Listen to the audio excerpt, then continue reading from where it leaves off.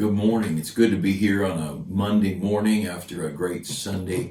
I love getting together with the people of God, and it might be a little awkward right now, but isn't it great? No one's being drowned, burned at the stake, or tortured, and we're able to be together. We're able to sing, and for those who health and concerns keep them out, we're in a day of technology where you can sit in your car and hear the FM from the auditorium and be able to greet people in the parking lot, and then those who don't get out at all can be home and see the service and be a part of things. I think it's great, the technology. Years ago, if you were home, you didn't get any church, and maybe over the last 50 years, you started maybe getting where you could read a sermon, or you could get a radio. You go back 100 years, if you were home and not able to get out, you didn't get church.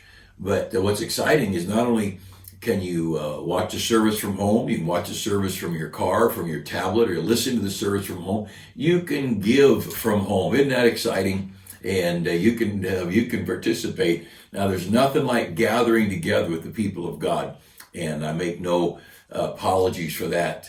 That is the design of the church, to gather.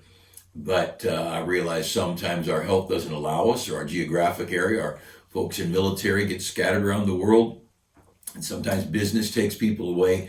But every time we can, let's don't neglect the house of God. The church, Acts chapter 20 tells us, the church that Christ purchased with his own blood, something so precious that he would die for it with his own blood. And that's not talking about saving your soul and you getting to heaven and me getting to heaven. It's the church. It's the called out assembly, that body of believers, that individual body, the church in Ephesus, the church in Galatia, the church in Corinth. He talked about individual churches. And in that Acts 20 passage, each of those pastors had their own individual church. And so this church that we attend here in Wildomar, this church was purchased by the blood of Christ. And that church you attend, you that are out of town, that church you go to, purchased by the blood of Christ. If it's a gospel preaching, Bible believing church, that church was purchased by the blood of Christ. So very precious, and certainly ought to be something that we cherish and that we love and desire to be a part of in every way possible when it is possible. But when it isn't, thank God for technology. And I'm grateful for this technology here that we're able to have some time. Many people have been shut in more than normal. And so morning and evening, I'm able to do these posts digitally, video, electronically, whatever they call it, but that we can have some encouragement. In a world without encouragement, it's great to be able to get some. And today I want to look with you, if you would, at Matthew chapter 16, if you want to find that. Before we get there, I want to share a couple other thoughts from an article I read. I read some of this on Friday evening, I think it was. But there's a doctor that wrote an article. And of course, we listen to all kinds of doctors, but the media doesn't report any doctors that don't fit in with the whole politically correct scenario. As soon as you say something contrary to their teaching, you're thrown off the world, and no one wants you. These doctors up here in not far, I want to say near Fresno or somewhere in there, two doctors had hundreds of clinics that they run, and they had personally tested just gobs and gobs of people, and they showed a totally different scenario than was being talked about by the CDC, the World Health Organization. And you know what? They were banned from Facebook. They were whatever social media site they were on. They were kicked off. Isn't it awesome how we love freedom of speech until you differ with the politically correct group? Don't forget that. Don't forget that. These social media sites and all these things, they're not all about freedom. Notice the only person being fact-checked on Twitter is President Trump. Isn't that interesting? It's corrupt, it's evil, but we understand the world's an evil place, and we should be very guarded. I've talked about that. But anyway, here's a written article that this doctor mailed. I talked a little bit about this, but let me just throw out a couple of things. And just today on the news, I heard that, and many of you probably follow the news more than me, because I don't follow the news hardly at all. I listen to a little bit here and there and figure I can pretty well keep up because most of it's lies and emotionalized or amplified or twisted anyway, but that a lot of the COVID-19 deaths also literally, I saw a joke about it, but it's true that gunshot wounds, heart attacks, cancer. But if they had cancer and COVID-19, they credit it to COVID-19. If they got shot and were dying, but they were tested positive for COVID-19, and the reason was the total about $39,000 a patient hospitals can get, and when money gets involved, all truth goes out the door. Hospitals were reporting that coronavirus deaths, they were reporting coronavirus tests without testing and with no evidence that the patients died from coronavirus. And here's the quote from a press conference where this lady who's in charge of this whole thing was talking. She said, "We have taken a very liberal approach to counting mortality numbers of coronavirus." This is one of the doctors working with Dr. Fauci, and I'm blanking on her name, Deborah, whatever it is, but that's who said that. We've taken a very liberal approach, and she doesn't approve of the way numbers are being counted. Somebody mentioned Italy and why they were so bad, and I'm not a big conspiracy theorist person, but I'm getting more and more that way with years. But here's some statistics that in 2019, the flu vaccine of 2019 now, a year ago, there were 4 strains of influenza that were almost required, and great numbers of people received that vaccine. And it turned out, as they take the statistics now of those with the coronavirus, that taking the flu vaccine of last year increased the chances of you getting the COVID-19 anywhere from 36% up to 100, 200%. The chances were much greater of you getting COVID-19 if you had last year's flu vaccine. And I've never had a flu shot. You can take it. My mom takes it. I'm not picking on anybody.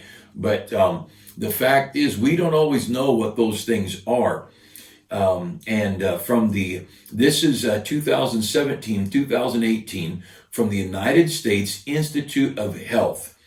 And they said receiving the influenza vaccination may increase the risk of other respiratory viruses, a phenomenon known as virus interference.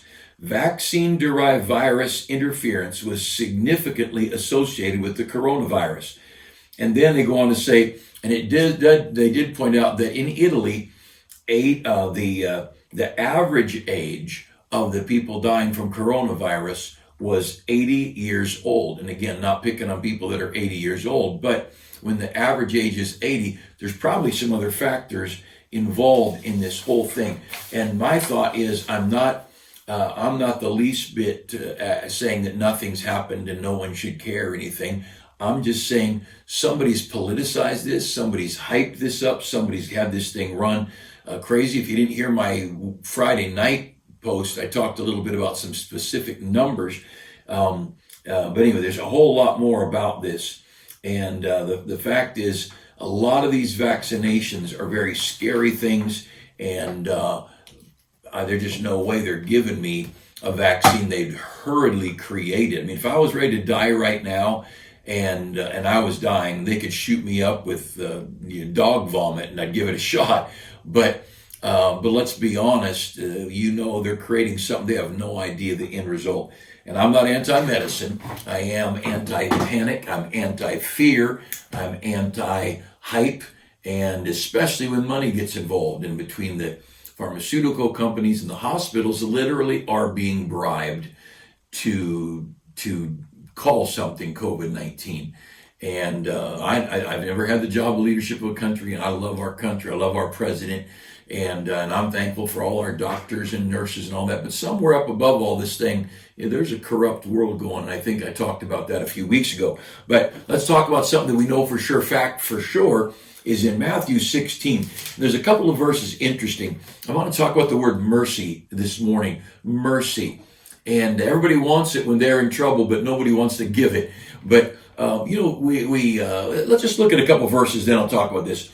In Matthew 16 and verse 16, Jesus is with the disciples. He's asked them, who do men say that I am? And they said, some say you're Elias, some say you're Jeremiah, some say you're John the Baptist. And he said, who do you say that I am? So look at Matthew 16:16. And Simon Peter answered and said, thou art the Christ, the Son of the living God. Oh, what a statement. He was the one to first publicly declare. I guess John the Baptist said, behold, the Lamb of God that taketh away the sins of the world. But here of the disciples, Peter steps up and says, thou art the Christ, the Son of the living God. And Jesus responds, blessed art thou, Simon Bar-Jonah. You're a blessed man. And he said, you didn't figure it out yourself. God revealed that to you. And here, God revealed something to Peter. Woo, Peter's awesome. Isn't that great? And then you look a few verses later, just go down a couple of verses, and Jesus is telling them, I'm going to go to Jerusalem. They're going to arrest me. They're going to kill me. And look at verse 22.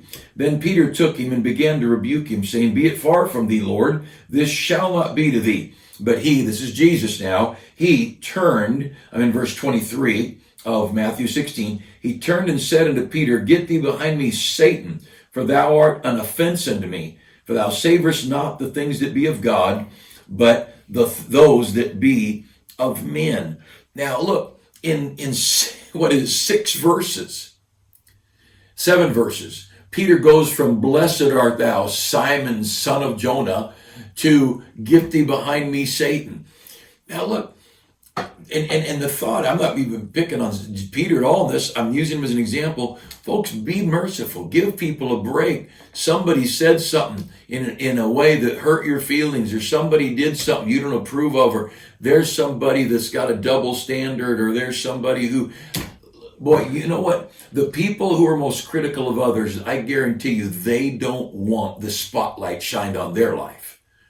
And if these people who are slandering and ridiculing, whether it be Justice Kavanaugh or General Flynn or President Trump, the big people attacking them, they sure don't want the spotlight shined on them. Now, if somebody's got a track record of corruption and vile and filthy, they need to be off somewhere, and wherever the law puts them.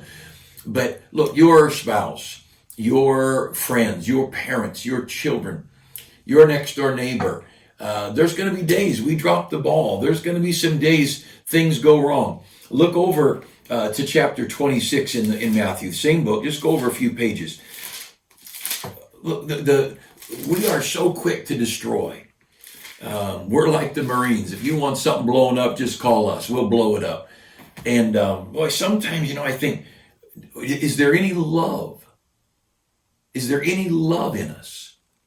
Is there any compassion in us? Is there any self-examination? Is there any scriptural thinking? And I'm not for adultery, but I happen to notice in the Bible there's some pretty impressive people who did wrong morally and had an illicit relationship. I'm not saying it's right. I'm saying, but there's some very good people who've had a divorce. There's some very good people who've been bankrupt. There's some very good people who, and you can fill in the blank. And when somebody's got this track record of faithfulness and you find out that they're human, don't crucify them. And if I get crucified for this, go ahead. But when you're in trouble, I'll believe this about you. And look at Matthew 26. You see, we'll look a little bit more at the life of Peter. He's the one we're looking at here. Matthew 26, it's a long chapter. And let's go to verse 70. Matthew 26 and verse 70. It says in verse 70, let's go back to verse 69. Peter sat without in the palace. Jesus has been arrested. Peter sat without in the palace, and a damsel came to him, saying, thou also wast with Jesus of Galilee. But he denied before them all, saying, I know not what thou sayest. Well, he just denied he even knew Jesus. We'll go back over to verse 35. They're at the Last Supper there together. Matthew 26, verse 35, about 30 verses earlier, same evening, few hours earlier, verse 35, Peter said unto him, Jesus, though I should die with thee, yet will I not deny thee. Likewise said all the disciples. And of course, all the disciples forsook him. Peter, 3 times, Peter followed him along with John, and then 3 times denied that he even knew Jesus and denied he was affiliated with the disciples. And I just pick on Peter because if you want to flip over just a few more pages, of course, Peter goes out at the end of the chapter and he weeps bitterly. His heart's broken when it hit him that he denied. And look at the end of chapter 26, verse 75. Matthew 26:75. And Peter remembered the word of Jesus, which he said unto him, before the cock crow, thou shalt deny me thrice. So he remembered that conversation with Jesus just a few hours earlier. And the last words in verse 75, and he went out and wept bitterly. We'll go to Acts chapter 1. And so Peter was brokenhearted. He messed up, but his heart broke. And yes, he said, I'll never deny him, and he did. And in this verse, he said, thou art the Christ, the Son of the living God. And here he said, no, you're not going to go to Jerusalem. And Jesus said, get thee behind me, Satan, thou savorest not the things that be of God, but the things that be of men. And, we're looking at the flesh and the spirit. And every saved person has it. My flesh will make the wrong choice. My spirit will make the right choice. And those two are at war. Paul said there is a war within me, and that which I would do, I don't do, and that which I wouldn't do, that I do. And there's a war. That's Romans chapter 7, if you want to look at it. But now look a little bit further. Time-wise, there in Matthew 26, Jesus is arrested, he's tried, he's crucified. 3 days in the grave, he raised from the dead. For the next 40 days, he appears to the disciples off and on, and they see him, and he preaches and teaches. He ascends up into heaven. And there's a 10-day prayer meeting going on. And the day of Pentecost is fully come. It's the time, the apex of their religious worship, the time of Pentecost. Jews from all over the world gather to Jerusalem for the day of Pentecost. And the reason if you've heard of Pentecostal and the speaking in tongues, there were people from all over the world. And there were Jews who were from Ethiopia, and Jews that were from Greece, and Jews that were from Kansas or wherever. And they were all gathered. Now, they knew Hebrew. They knew their native language, and whatever they spoke, it could have been, maybe it was the universal language would have probably been Greek or Syriac in that time. But there's a little debate on that, and I'm not smart enough to know. But they all had the Jewish language of the day, because these are Jews, but their language where they were born. These people from all these different countries had gathered together, tens of thousands of people at Jerusalem for the day of Pentecost. So that's what we're reading in here. And let's see, in verse 2, when the day of Pentecost was fully come, they were all with one accord in one place. They were filled with the Spirit. They preached. And look at verse 8. How hear we every man in our own tongue. It was no spiritual, spooky, heavenly language. It was in their own tongue. So a Jewish man from Romania he could have listened to the gospel in his Jewish language, whatever it might be, but he heard it in Romanian. And so and it lists 16 different countries there. And all these people here. Now look at verse 14. Verse 14. But Peter, standing up with the 11, lifted up his voice and said unto them, Ye men of Judea, and all ye that dwell at Jerusalem, be this known unto you, hearken unto my words. Now, Peter stood up and he preached. So the 120 that were in the upper room in chapter 1 scattered all over Jerusalem, preaching, excited, telling the wonderful, because they said in earlier, how hear we every man the wonderful works of God. They're hearing about how awesome God was, what wonderful things God did, but it didn't sound like they heard a clear gospel presentation yet. And so they gather together. They're all running together. What's this that's going on? And they have this great patio courtyard outside the temple. My wife and I were able to be there. And you could have put, easy 10,000 people out there, maybe twice that much. Huge shoot and a little bit terraced and trees. And now the Dome of the Rock, the Muslim mosque is there. But that's where the temple was in Jesus' day. And this huge area, these thousands of people, and Peter stands up and preaches. And then the people said after he preached, what shall we do? And he said, repent and be baptized. And that day it says, they that gladly received his word were 3,000 souls. So here we've got a guy who says, thou art the Christ, the Son of the living God. And Jesus in a few minutes, and then he's correcting Jesus, saying, don't go to Jerusalem. And Jesus says, get thee behind me, Satan. And then they're at the Last Supper, and Peter says, though they slay me, I'll die with you, but I'll never deny you. And Jesus says, no, you're going to deny me 3 times, in fact. Not just once, Peter, but 3 times. And sure enough, later that night, 3 times Peter denies him. He goes out and weeps bitterly, brokenhearted. He let down his Savior, and that old flesh had won the battle. And a few days later, a few weeks later, they gather together at the day of Pentecost, and Peter preaches, and 3,000 saved and baptized. Hey, look, let's don't write off somebody who has a weak hour and a day when they make a foolish choice or a sinful choice. It's awful hard to beat liquor, and I've never been there. Awful hard to beat drugs. And there are things, and that's why you ought to fight to never get around. And pornography is no different. Pornography, drugs, liquor, these things are demonic things. They get a hold of the soul. And I'm not justifying any of it. I'm just saying if somebody slips back into something, the flesh is weak. The spirit is willing, but the flesh is weak, the Bible says. And this old flesh gives in, and let's be guarded. And that's why we ought to pray for our children and pray for our spouse, and why we personally ought to walk with God and read his book. Don't get arrogant. We ought to get up every day and say, oh, God, help me, but by the grace of God, there go I. And there ought to be great mercy. I was years ago on my bus route in Chicago when I was in college, and I had a friend that was on the bus route with me, John Higgins. And John had been, he was very smart, had 2 or 3 college degrees. John was running from God as a young man, and he joined the military. And if I remember the story right, he was an Army Ranger. And something happened somewhere, and I forget the scenario, the whole scenario there. But as I remember the story, a helicopter blade or something about a helicopter, one of the back blade maybe, something hit his head, and he had a scar from right here all the way around to his head, and just slit his brain open and dumped him on the ground. And he was running from God.